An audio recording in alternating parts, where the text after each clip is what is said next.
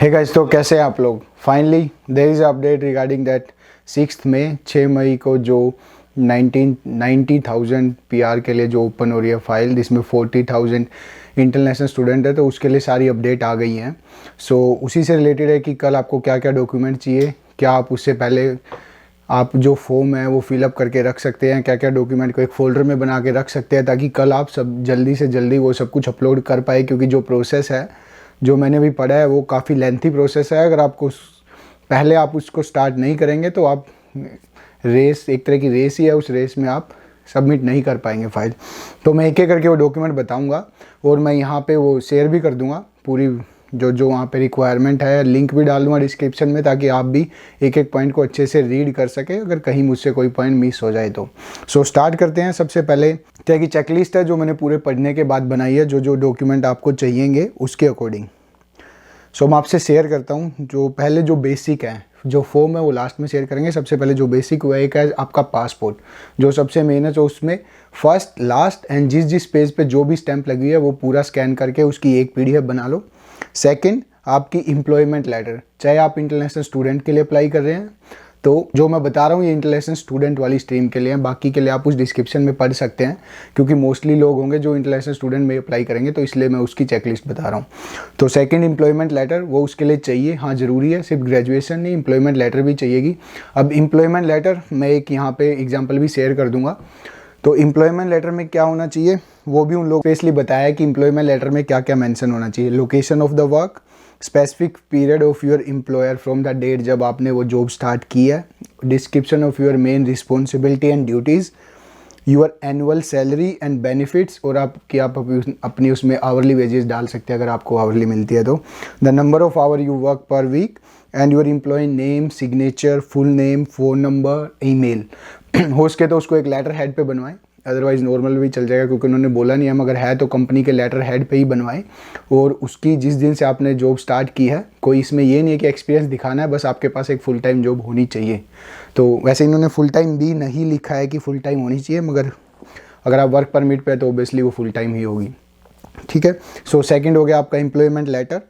Third है आपका proof of Canadian education, means जो इंटरनेशनल स्टूडेंट जो आपकी पढ़ाई 2 साल की पूरी हो चुकी है, तो उसमें आपकी डिग्री के बाद आपकी जो भी आपके वो ट्रांसक्रिप्ट हैं वो सारी एक पीडीएफ बना के उसको भी स्कैन करके रखे, ट्रांसक्रिप्ट, आपकी डिग्री, और हो सके तो कंप्लीशन लेटर भी अगर आप पे होगा जो वर्क परमिट के टाइम अप्लाई किया था वो भी रख सकते हैं। फिर उसके बाद आता है एक फ़ोटो के लिए मेन चीज़ जो इसमें उन्होंने स्पेशली स्पेसिफाई की है, फ़ोटो जो आपकी 6 मंथ के अंदर 6 मंथ से ज़्यादा पुरानी नहीं होनी चाहिए, और उस फोटो के पीछे लिखा होना चाहिए कि वो किस डेट की है। और आपको अपलोड करनी है फ्रंट साइड और बैक साइड भी, दोनों साइड अपलोड करनी है, जो रेयरली मुझे नहीं लगता पहले मांगते थे, मगर अब जो उन्होंने मांगा है कि फ्रंट एंड बैक दोनों साइड अपलोड करनी है, तो दोनों साइड स्कैन करके उसको भी एक अलग से रख लिए। सो फिफ्थ पॉइंट है प्रूफ ऑफ योर लैंग्वेज। आइल्स जो उन्होंने बताया हुआ BLS लेवल 5 मिनिमम है, अगर आपने आइल्स दिया तो ऑलमोस्ट आ ही गए होंगे, तो उसको भी आप ढूंढ के रखें, स्कैन करके रखें, क्योंकि उसकी भी शायद डिटेल भरनी पड़ सकती है। उसके बाद आता है पॉइंट नंबर 6, जो है पुलिस क्लैरिफिकेशन सर्टिफिकेट PCC, जो आप BLS के थ्रू करते हैं। अगर किसी ने अप्लाई नहीं किया है तो अभी रात को ही ओपन करके अप्लाई कर दो, क्योंकि अगर जिसके पास आ गया तो वो अपलोड कर सकते हैं। अदरवाइज उसके साथ में आप PCC की रिसिप्ट लगा सकते हैं कि हमने अप्लाई किया हुआ है, और मैंने अप्लाई किया हुआ है तो कोविड के चक्कर में लेट हो गया, न कोई भी रीज़न। मैं यहाँ पे एक लेटर का सैंपल और डालूंगा, जिससे आप देख सकते हैं कि आप उस लेटर में क्या रीज़न दे सकते हैं। तो मेरे पास एक सैंपल है, मैं वो भी शेयर कर दूंगा। PCC RCMP की अभी जरूरत नहीं है, क्योंकि उन्होंने नहीं मांगी है, अगर किसी ने करा लिया तो अपलोड कर सकते हैं, दोनों की एक PDF बनाएं। उसके बाद आता है पॉइंट नंबर 7, वो है मेडिकल एग्ज़ाम। अब मेडिकल जिसने बुक करा लिया अच्छा है, अब आई डोंट थिंक रात को कोई बुक करा सकता है, अगर मॉर्निंग में कोई 12 से पहले बुक करा सकता है तो करा लो, क्योंकि आप उस अपॉइंटमेंट को भी शेयर कर सकते हैं, जो मतलब आपकी बुकिंग है उसको भी शेयर कर सकते हैं कि हमने बुक करा रखा है, वो भी चलेगा। मगर आपने अगर वो नहीं कराया है इससे पहले, कभी भी 10 ईयर से पहले आपने कभी, अगर मुझे लगता है यहाँ वीज़ा के लाए तो ऑलमोस्ट सबने किया होगा, तो आप वो भी शेयर कर सकते हैं। इन लोगों ने बोला कि आप वो भी शेयर कर सकते हैं पूरा नाम। आप बाकी रीड कर लीजिए, जैसे कोई मैरिड है, किसी की एक की जगह दो, जैसे अपनी और अपनी वाइफ दोनों की लगा रहे, तो उसके बेसिस एंड ऑल पे वो सब रीड कर सकते हैं। मैं रेगुलर एक सिंगल पर्सन के लिए जो डॉक्यूमेंट चाहिए वो बताऊँगा। उसके बाद आता है proof of your current status, जो आपका वर्क परमिट हो गया, तो बेसिकली इंटरनेशनल स्टूडेंट के केस में वर्क परमिट ही होगा, उसको भी आप स्कैन करके रख लीजिए। उसके बाद आते हैं मेन 4 फॉर्म जो आपको चाहिएंगे, वो है IIM 0008 जो ये है, जो ये सबसे मेन फॉर्म है। पुराने एक पहले जो फॉर्म था उसमें कुछ अपडेट हुआ है, जो अभी नया है वही वाला आपको पहले फिल करके रख के ट्राई कर ले, पहले फिल करके रख लो एक, हो सके तो। सो उसमें 2 चीज़ ऊपर मेन है जो आपको शेयर करनी, जो आपको स्टार्टिंग में सिलेक्ट करनी है। उसमें पहला जो पॉइंट है क्वेश्चन नंबर 1, उसमें इकोनॉमी सिलेक्ट करना है, दूसरे में सिलेक्ट करना है TR to PR, temporary residence to permanent residence. Rest आपकी इन्फॉर्मेशन होगी, वो आप समझ जाएंगे कि क्या फिल करना है, तो ये 2 पॉइंट का जरूर ध्यान रखें।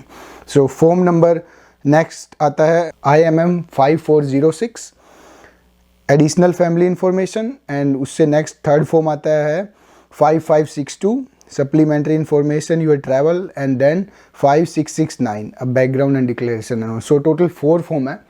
IM ट्रिपल के अलावा बाकी तीनों को आपको फिल करना है, और उसमें लिखा भी हुआ है कि आपको अपने नाम एंड कुछ डिटेल इंग्लिश में भी लिखनी है और आपकी नेटिव लैंग्वेज में भी लिखनी है। अब नेटिव लैंग्वेज में आप कीबोर्ड से तो लिख नहीं पाएंगे, तो उसके लिए क्या करना है, पहले जो आप फिल कर सकते हैं कीबोर्ड से वो फिल कीजिए, फिर उसको प्रिंट कीजिए, फिर उसको पेन से फिल कीजिए अपने नेटिव लैंग्वेज में, और नीचे जो सिग्नेचर है वो भी आपको सिग्नेचर से साइन करने पड़ेंगे, तो प्रिंट करना पड़ेगा। प्रिंट, साइन और नेटिव लैंग्वेज में नेम एंड बाकी इन्फॉर्मेशन भर के आप उसको स्कैन किए, स्कैन करके फिर आप उसको अलग से रख लिया। जो तीनों फॉर्म है 0008 का, उन तीनों को ऐसे ही स्कैन करके साइन करके आपको फिल करके पहले ही रख लेना है।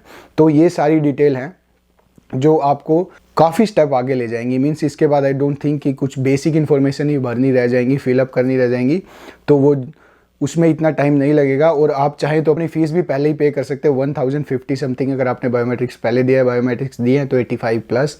सो वो आप पहले भी पे करके रिसीट रख सकते हैं, रिसीट अपलोड कर दीजिएगा, या उस टाइम भी पे कर सकते हैं। आई डोंट थिंक कि उसमें इतना कुछ ज़्यादा टाइम लगेगा, बट मुझे लगता नहीं कि, क्योंकि ये प्रोसेस काफ़ी कॉम्प्लिकेटेड सी भी नहीं बोल भी सकते और नहीं भी।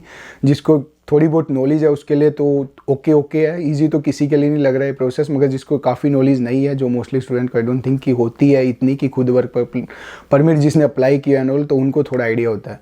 तो थोड़ा सा कॉम्प्लिकेटेड है, तो आई डोंट थिंक कि इतनी जल्दी सीट फिलअप हो जाएंगी, तो इतनी ज़्यादा रस मत करें कल फॉर्म फिल करते टाइम।